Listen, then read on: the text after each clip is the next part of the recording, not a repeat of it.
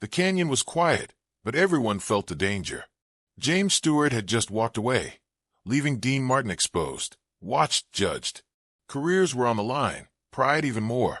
Cameras waited for a collapse. Instead, Dean paused, breathed, and made a choice no one saw coming. Would you have stayed or walked away? Where are you watching from? In the late 1940s, Hollywood ran on unspoken rules, and breaking them carried real cost. Power flowed through studios, columnists, and friendships that could vanish overnight. James Stewart and Dean Martin stood on opposite edges of that system, though the public believed they shared the same ground. Stewart was America's moral compass, trusted, decorated, and protected. Dean was still proving he belonged, charming but underestimated, laughed at more than listened to. The canyon shoot mattered because it was more than a scene. It was a test of loyalty under pressure. Producers had warned them. Delays meant headlines, and headlines meant consequences.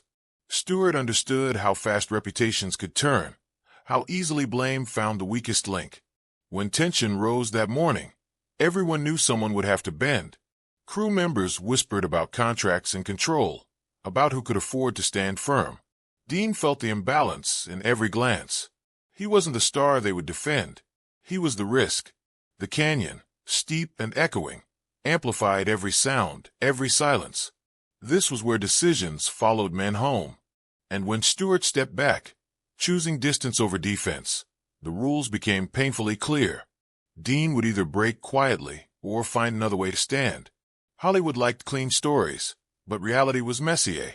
The canyon location was chosen for its beauty and danger, a place that forced honesty.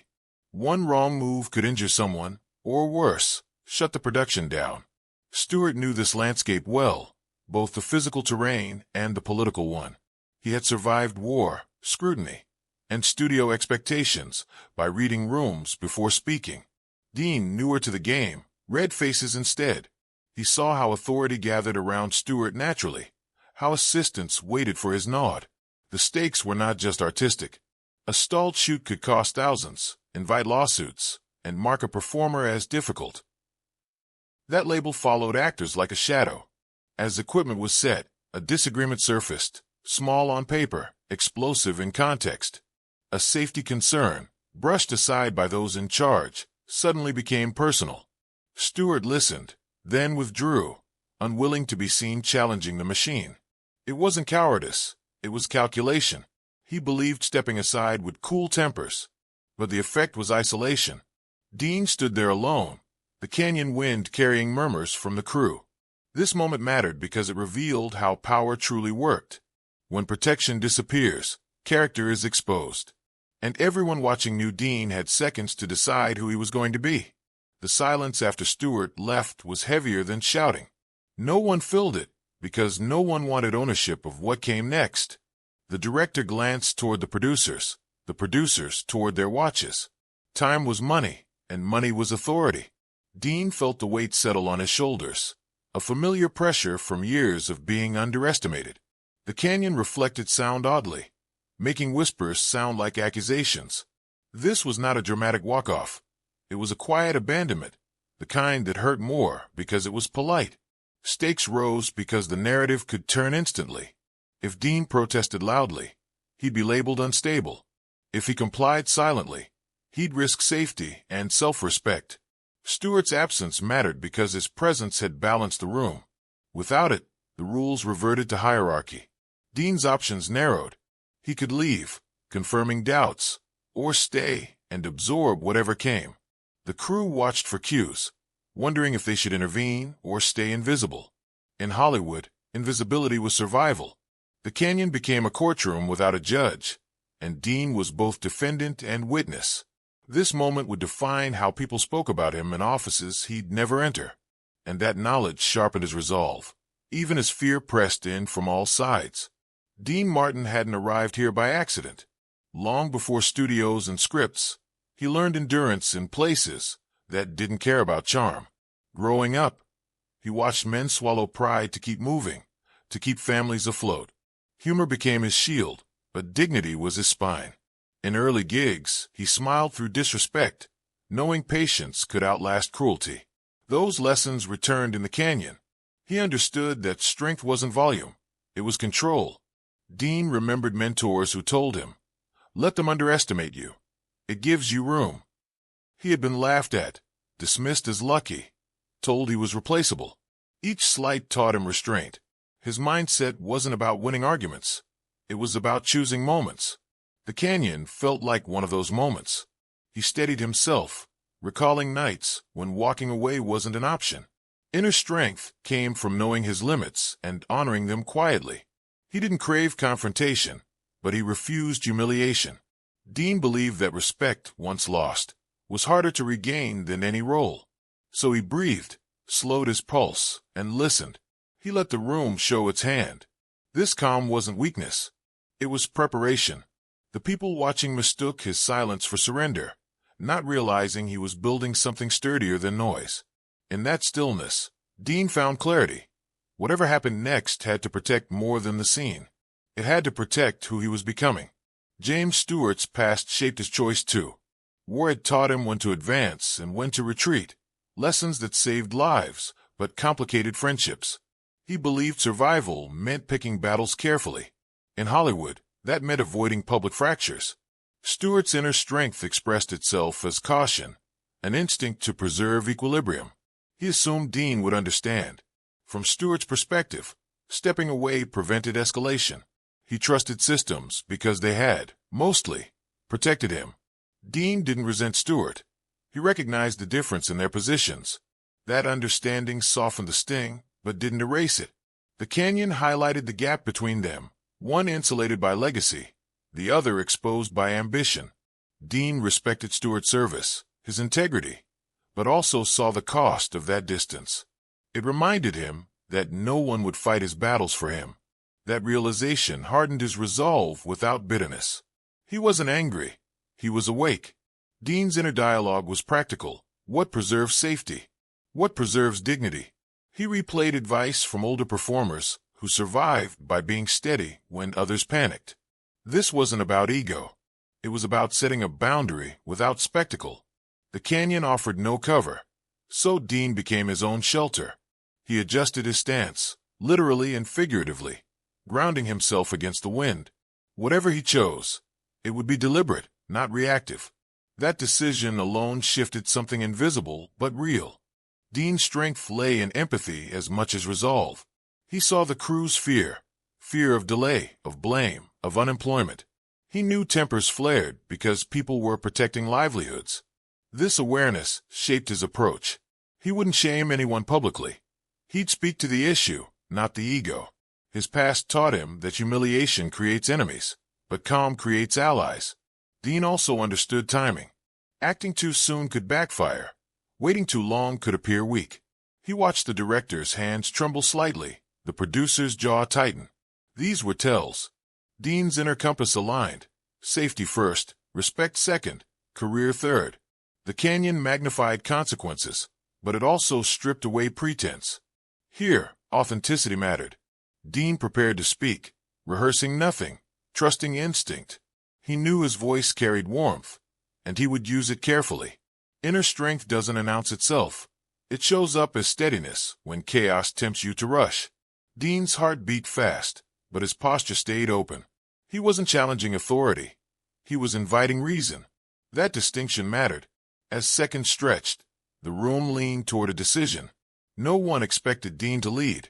That underestimation became his advantage. He was about to turn a moment designed to diminish him into one that revealed him. The first warning came quietly. An assistant suggested they just roll, implying objections were inconvenient. It wasn't hostile, but it was dismissive. Dean felt the nudge toward compliance. He nodded, acknowledging the concern without agreeing. Pressure followed, subtle but firm. A producer reminded everyone of the schedule, the costs, the optics. Eyes flicked toward Dean, then away. Fear rippled through the crew. Fear always seeks the path of least resistance. Dean recognized the escalation pattern. Minimize the problem, then isolate the dissenter. He stayed composed, offering to discuss alternatives. His tone was respectful, his words measured. This confused people. They expected defiance or retreat. Instead, they got collaboration. Still, the pressure increased. Someone joked about actors being dramatic, laughter landing sharp. Dean absorbed it without flinching. Inside, resolve tightened. He understood that the next step would be coercion dressed as consensus. He prepared for it by anchoring to facts. Safety, logistics, common sense. These were neutral grounds. The canyon echoed with half-answers, and Dean waited. Waiting was part of the strategy. It forced others to reveal their priorities. Each comment added clarity. The room was drifting toward convenience over care. Dean knew he would have to interrupt that drift decisively, or be carried by it. The second escalation arrived as concern masquerading as advice. A senior crew member pulled Dean aside, voice low, suggesting he think about his future. It was framed kindly, but the message was clear. Don't make waves. Dean thanked him sincerely. He wasn't offended. He was focused. He realized fear had spread beyond authority to peers. When fear spreads, it demands resolution. Dean felt the moment crystallize. He couldn't fix everyone's anxiety, but he could remove the cause. He returned to the group, posture unchanged. Another comment landed, sharper this time, implying the risk was exaggerated. Dean's jaw tightened briefly, then relaxed. He knew exaggeration was the refuge of those avoiding responsibility. The canyon wind picked up, as if punctuating the tension. Dean glanced at the setup, noting angles and distances. He wasn't bluffing. He was assessing. He asked a simple question, aloud, calm. What's the plan if something goes wrong? The question hung there. No one answered immediately. Silence can be an escalation too. It exposes gaps. Fear flickered across faces. Dean waited, giving space for honesty. That pause shifted the balance. It forced acknowledgement. The room felt smaller, more focused. Dean sensed the edge approaching, where a public moment would define everything. The third escalation was overt. The director, under pressure, insisted they proceed as planned. Authority finally spoke. It was decisive, but brittle. Dean recognized brittleness. It cracks under calm scrutiny. He nodded again, acknowledging the directive, then asked to speak briefly. The request itself was risky. Interrupting authority can brand you.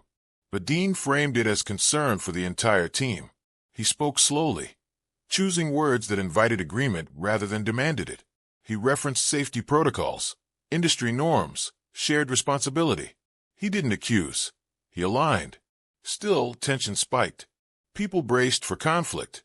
Stewart's absence loomed, a reminder of who usually carried weight in moments like this. Dean felt alone, but not isolated. His calm had gathered attention. The canyon amplified his voice, making it steady and clear. He ended with a proposal, not a refusal. The director hesitated. Hesitation is a crack. Dean saw it and held still. Pressure met patience. Fear met composure. The next moments would decide whether fear ruled or reason prevailed. Dean had stepped onto a narrow ridge, and balance mattered more than speed. Night fell earlier in the canyon, shadows stretching long and dramatic. The public moment arrived as light snapped on, drawing attention like a spotlight. Crew members stopped pretending to be busy. The visible threat wasn't physical alone. It was reputational. Cameras, even when off, have memory. Dean felt the gaze, steady and evaluative. He sensed the narrative forming, troublemaker or professional. He chose professional. He reiterated his proposal clearly, outlining steps that protected everyone without delaying significantly. He spoke as if the decision were already shared. This confidence shifted perception.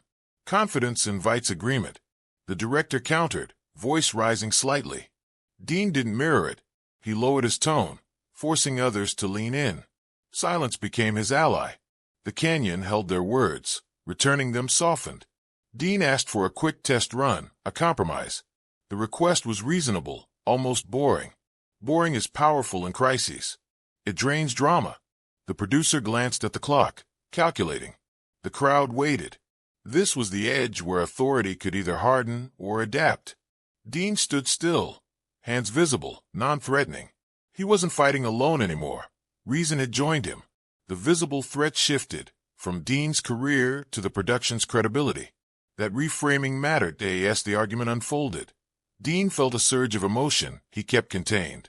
Anger flickered, then passed. He thought of Stewart, somewhere else on set, trusting the system. Dean didn't resent him. He understood the calculus. This understanding kept Dean humane.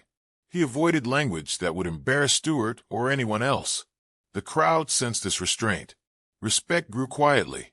The director, feeling pressure, tried humor to deflect. It landed poorly. Humor without consent feels sharp. Dean responded with a gentle smile, acknowledging the attempt, then returned to facts. Facts steadied the room. The test run became a focal point. Someone finally said, "That could work." The words broke the spell. Authority didn't collapse, it adjusted. Dean had found the lever. He stepped back slightly, signaling he wasn't seeking control. That move allowed others to save face. Saving face ends conflicts. The canyon lights hummed, insects chirped. Life continued around the standoff, grounding it. Dean felt relief, but stayed present. He knew resolution required follow-through. He offered to help set up the test, to share responsibility. This generosity sealed it. The room exhaled together. The visible threat softened into collaboration. Dean had shifted the game without raising his voice. The test run proceeded under watchful eyes. Dean participated fully, demonstrating commitment. He didn't gloat or lecture. He let results speak. The adjustment worked, reducing risk without sacrificing the shot. Murmurs turned approving. The director nodded, decision made. Authority reclaimed dignity by choosing well. Dean felt a quiet satisfaction, not triumph. Triumph would have invited backlash. He kept his expression neutral, grateful. Stewart returned briefly, observing from a distance. Their eyes met. No words were exchanged, but understanding passed between them. Stewart saw what had happened. He recognized the shift. The public moment resolved without fireworks, precisely because Dean avoided them. The canyon, once tense, felt open again. Work resumed, smoother, safer. People moved with renewed confidence. Dean blended back into the process, just another professional doing his job. This invisibility was intentional. He didn't need credit, he needed respect. The visible threat had transformed into visible competence. That transformation would travel faster than gossip. Dean knew Hollywood watched outcomes more than arguments. Tonight's outcome favored him. The game had changed, quietly, permanently. The confrontation's echo lingered as whispers, not accusations. Dean heard his name spoken differently. Curious, measured. Someone said, "He handled that well." That sentence mattered more than applause. Authority figures reassessed him, updating mental files. Dean remained steady, aware that attention can be fleeting. He didn't seek Stewart out immediately. Timing mattered. He let space do its work. Later, a producer approached, tone respectful, thanking Dean for keeping things calm. Dean accepted graciously, deflecting praise to the team. This generosity reinforced the narrative he wanted, collaborator, not challenger. The genius of his reaction lay in restraint. He had flipped power by refusing to play the expected role. No rebellion, no submission, just competence. Stewart watched from afar, impressed. He recognized courage when he saw it, especially quiet courage. The crowd's reaction was subtle but decisive. Fear dissolved into trust. Trust changes behavior. Crew members engaged more openly, asking questions, offering ideas. The set felt safer in every sense. Dean's presence anchored it. He didn't dominate, he stabilized. That stabilization is leadership's quiet form. The canyon no longer felt like a courtroom. It felt like a workplace.